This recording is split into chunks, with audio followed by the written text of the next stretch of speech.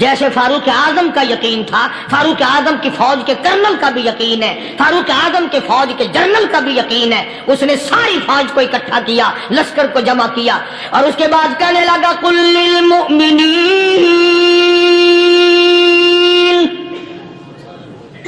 یغضوا من ابصارکم ویحفظوا فروجہم ذالک ازکی لہم ان اللہ خبیر بما یصنعون۔ او لوگوں، خدا تمہیں کہتا ہے اپنی آنکھوں کی حفاظت کرو، اگر تمہاری نظریں غلط جگہ پڑی اپنی عزت کی حفاظت کرو، اپنی آبرو کی حفاظت کرو، اگر غلط نظریں پڑی، غلط استعمال ہوئی، ان اللہ خبیر بما یصنعون،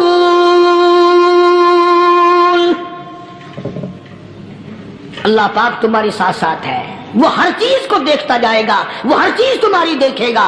چنانچہ تاریخ شاہد ہے، ابن حشام نے لکھا ہے، ابن خلدون نے لکھا ہے، اور کئی مورخین نے لکھا ہے کہ جب مسلمان جنرل نے، مسلمان کرنل نے اپنی فوج کو قرآن کی 2 آیتیں سنائی اور اس کے بعد حکم دیا چلو، تمام کا تمام لشکر چل رہا ہے، ادھر ڈھول بجا، دھماکے بجے، گانا شروع ہوا، گانا بجانا شروع ہوا، ساری فوج نکل گئی، سارا لشکر چلا گیا، لڑکیوں نے دیکھا کہ یہ تو ختم ہو گئے، نیچے آواز دے کے کہنے لگی اور جانے والوں یہ ساری فوج کئی اندھوں کی فوج تو نہیں؟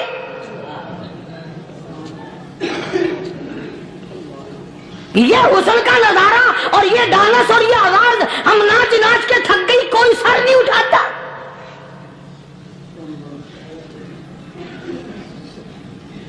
اور آج دیکھ لیں آپ، ہر گھر کے اوپر وہ لگا ہوا ہے ایریل، لعنت کا ایریل لگا ہوا ہے، لعنت کا ایریل۔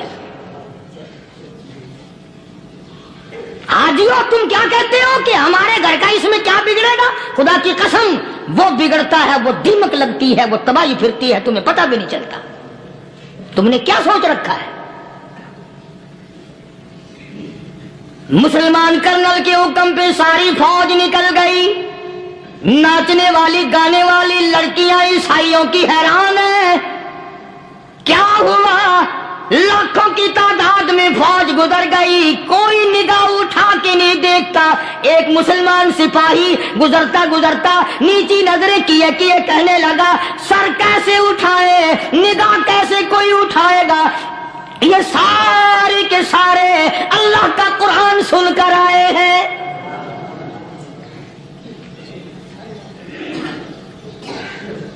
کیسے کوئی نگاہ اٹھائے گا؟ کیسے کوئی سر کو اٹھائے گا؟ یہ سارے کے سارے اللہ کا قرآن سن کر آئے ہیں۔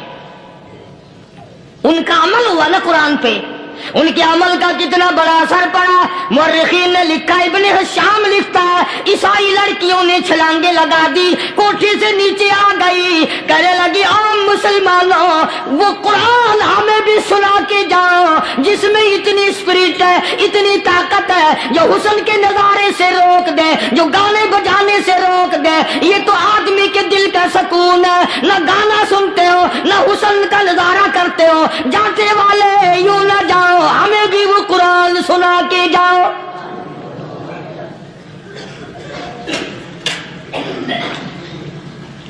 اس قرآن میں کتنی بڑی طاقت ہے، وہ کتنی عظمت ہوگی، اس میں اس کلام میں کتنی برکت ہوگی، جس کلام میں یہ تاثیر ہے کہ وہ ایسی ایسی چیزوں سے روک دیتا ہے۔ چنانچہ ایک مسلمان سپاہی چلتا بھی جاتا ہے اور کہنے لگا وَقُلْ لِلْمُؤْمِنِينَ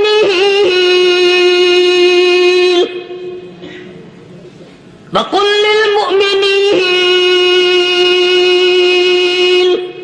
قرآن کی آیت پڑھ کے سنائی۔ سینکڑوں نہیں بے شمار لڑکیاں ایک مسلمان کی زبان سے اللہ کا قرآن سن کے کہنے لگی اور جانے والوں چھوڑ کے نہ جاؤ، ہمیں بھی کلمہ پڑھاؤ۔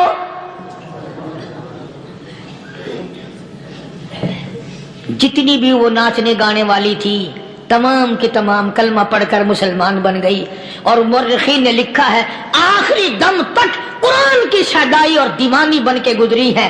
پھر وہ لڑکیاں جو رات دن حسن و جمال کا پیکر بنی رہتی تھی، علماء نے لکھا ہے جب موت آئی ایک ایک کے بدن میں کپڑے لباس میں موت آئی تو 50-50 ٹانکی لگی ہوئی تھی.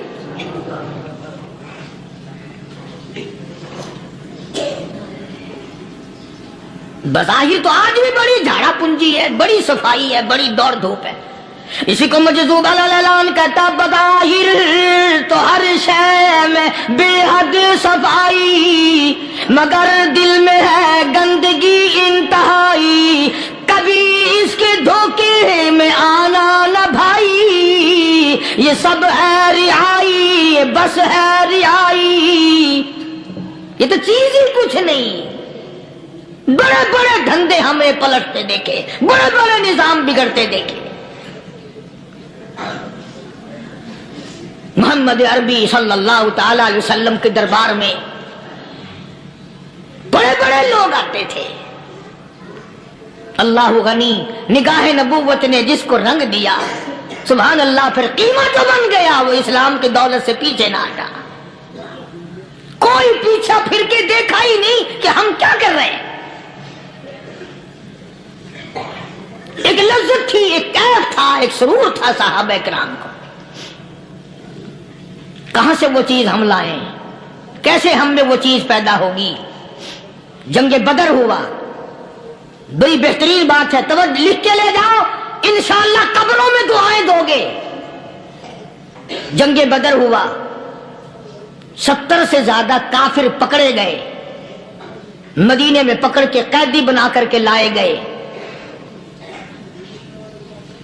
تنگ دستی کا زمانہ ہے، 1 سال نہیں ہوا مسلمان اجڑ کے آئے تھے، مار کھا کے آئے، پریشان ہو کر آئے، دن دولت چھوڑ کر لوٹا کر آئے. ان کے پلے کیا تھا. شام کا وقت ہوا، مدنی کریم صلی اللہ تعالی علیہ وسلم نے مسجد کے دروازے میں کھڑے ہو کر اعلان فرما دیا، کون ہے جو میرے مہمانوں کو کھانا کھلائے. اور وہ مہمان کوئی شہنشاہ نہیں تھے، ہیں بھی کافر، ہیں بھی اسلام کے دشمن، آئے بھی صحابہ کرام کو مارنے، میدان جنگ سے پکڑ کے لائے گئے، جنگی قیدی ہیں. اس نبی کی طرف کبھی منہ کیا کر جس نبی کا تو غلام ہے، امتی بنا پھرتا ہے. فرمایا کون ہے جو میرے مہمانوں کو کھانا کھلائے. صحابہ کرام میں سے کسی نے 2 پکڑ لیے، کسی نے 1 کو ساتھ لے لیا. ایک نادار سا غریب سا صحابی ہے، اس نے ساتھ لے لیا ایک مہمان اور گھر لے کے گیا. بیوی کو کہنے لگا کہ کھانا کتنا ہے، کہ بس 1 آدمی جوگا ہے، 1 آدمی کی کافی ہوگا. کان میں کہنے لگا اپنی بیوی کے، دستور تھا عرب کا، مہمان اور میزبان اکٹھے کھایا کرتے تھے. اپنی گھر والی کے کان میں کہنے لگا کہ اس کے آگے کھانا رکھ دیں گے مہمان کے، جب یہ کھانا شروع کر دے گا کسی بہانے سے دیوا بجھا دیو، میں یوں ہی منہ کو خالی ہلاتا رہوں گا، یہ کھانا کھا لے گا، پیٹ بھر جائے گا اس کا. چنانچہ کھانا آگے رکھ دیا، جو کچھ بھی تھا. اس نے کھانا شروع کیا کہ جی آپ بھی کھائیں، کہ ہاں ہاں میں بھی کھا رہا ہوں. بس یوں ہی کھانے میں بھی ہاتھ لگائے، منہ کو بھی ہاتھ لگائے اور منہ کو چلائے بھی برابر. بیوی نے چراغ بجھا دیا. یہ عمل تو صحابی کر رہا ہے اپنے گھر میں. ادھر قرآن کریم نازل ہو گیا محمد کریم صلی اللہ علیہ وسلم کی ذات پہ، فرمایا وَيُؤْثِرُونَ عَلَىٰ أَنفُسِهِمْ وَلَوْ كَانَ بِهِمْ خَصَاصَةٌ وَمَن يُوقَ شُحَّ نَفْسِهِ فَأُولَٰئِكَ هُمُ الْمُفْلِحُونَ. اور میرے محبوب مبارک ہو، تیری امت میں ایسے لوگ بھی ہیں جو اپنا منہ خالی ہلا رہا، بیوی بھوکی بیٹھی ہے، چراغ بجھائے بیٹھی ہے اور اپنے ہاتھ کو خالی چلا رہا ہے، اور میرے بندے کا پیٹ بھر رہا ہے. اور میرے محبوب مجھے اپنی عظمت کی قسم، میں تیری ان دیوانوں پہ جنت واجب کر چکا.